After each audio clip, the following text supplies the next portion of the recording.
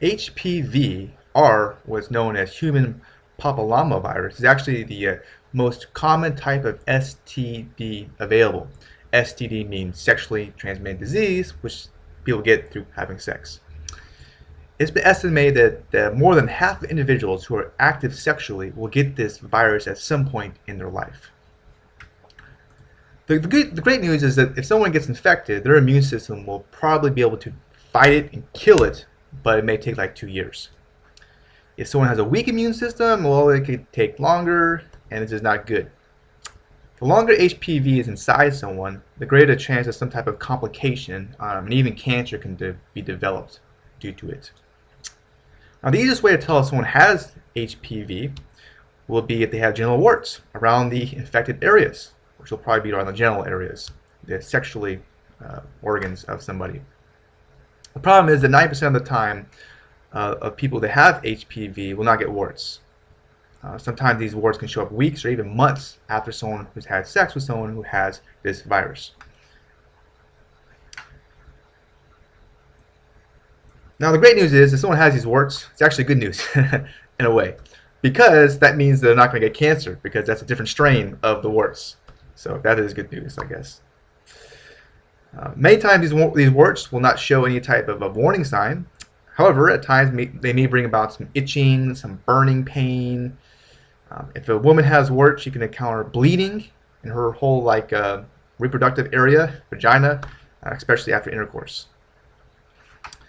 Now, if someone gets cancer from the virus, it can bring about some additional symptoms. And the only problem is it's going to bring about these symptoms in the advanced stages of the cancer, which is not good at all. This could include regular smelly discharge from a woman's reproductive area, if it's in there. A person may experience some back pain, some lower leg pain, pelvic pain, also some fatigue, weight loss, and possibly a swollen leg can all take place with this type of cancer. The other very bad thing that can take place is something known as RRP. Now, this is a condition where warts actually grow like on the throat area, and it's not good. And basically can reduce and possibly block the airway. This leads to like a hoarse voice and trouble with bleeding, and if it's not treated, it can even lead to, of course, suffocation and eventually death.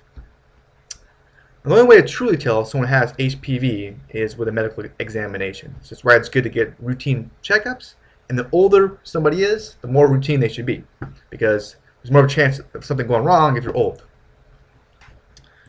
Now, the ideal way to protect yourself from any STD, just like this one, would be with abstinence, meaning not having sex. Of course, we do live in the real world, so that's not easy. Also, having fewer partners and not sleeping with someone who has a whole bunch of partners definitely can help. Condoms provide some protection, but of course not foolproof, but they're still great. And they can reduce the risk of a person getting many other types of STDs, like herpes, gonorrhea, hepatitis B, syphilis, and even HIV. Now, besides this, another great way to help fight off and prevent this infection will be to build up your immune system. So your body is really strong and tough and just kind of beats the heck out of anything that infects it. Now, the system is very important because if your immune system is weak, if it slips up for just a small second, it can lead to some huge problems. And not including the virus or the flu or HIV or something, it could be worse. So you want to keep your immune system strong.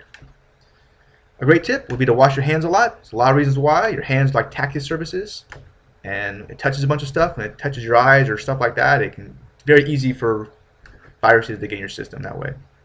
Drinking lots of water, there's a lot of ways it helps. Flushes out toxins, great. Plus, there's tons of herbal remedies that can actually improve your whole immune system. It's a bunch. Name a few off would be like garlic, quercetin, echinacea, black cumin seeds, olive leaf extract, a lot of them. Now, if you're interested in dietary supplements to really improve your health, which they can be great, before you go out and start buying a whole bunch, there's a few things you should be aware of. The main thing is that some supplements can actually do you more harm than good. Just because something is a herb doesn't mean it's going to be guaranteed safe for you. It's just not true.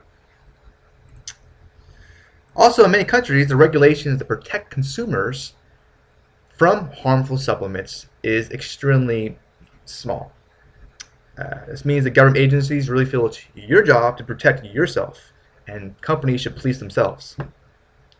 And to make things a little bit easier on your life, because I'm sure you're a pretty busy person, life is complicated enough as it is.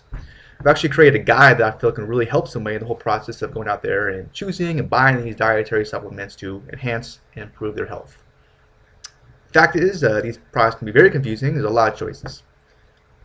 This guide can help you spot a good brand from a risky bad one, which is not going to be easy because they all kind of look the same. It simplifies herbal products, makes it easier for you to choose which one you want to take. It talks about the role of government agencies and giving you some online resources and a lot more. Oh yeah, the best part is, if you're wondering how much it's going to cost you, it's absolutely 100% free. So you don't really have a good reason not to at least take a look at it. You can learn a lot in a very small amount of time. And to view this free guide, all you got to do is simply click on the link right below this video that I made you. Hope you enjoy it. I really hope this video helped a couple people out there. Appreciate your time. Have a great rest of your day.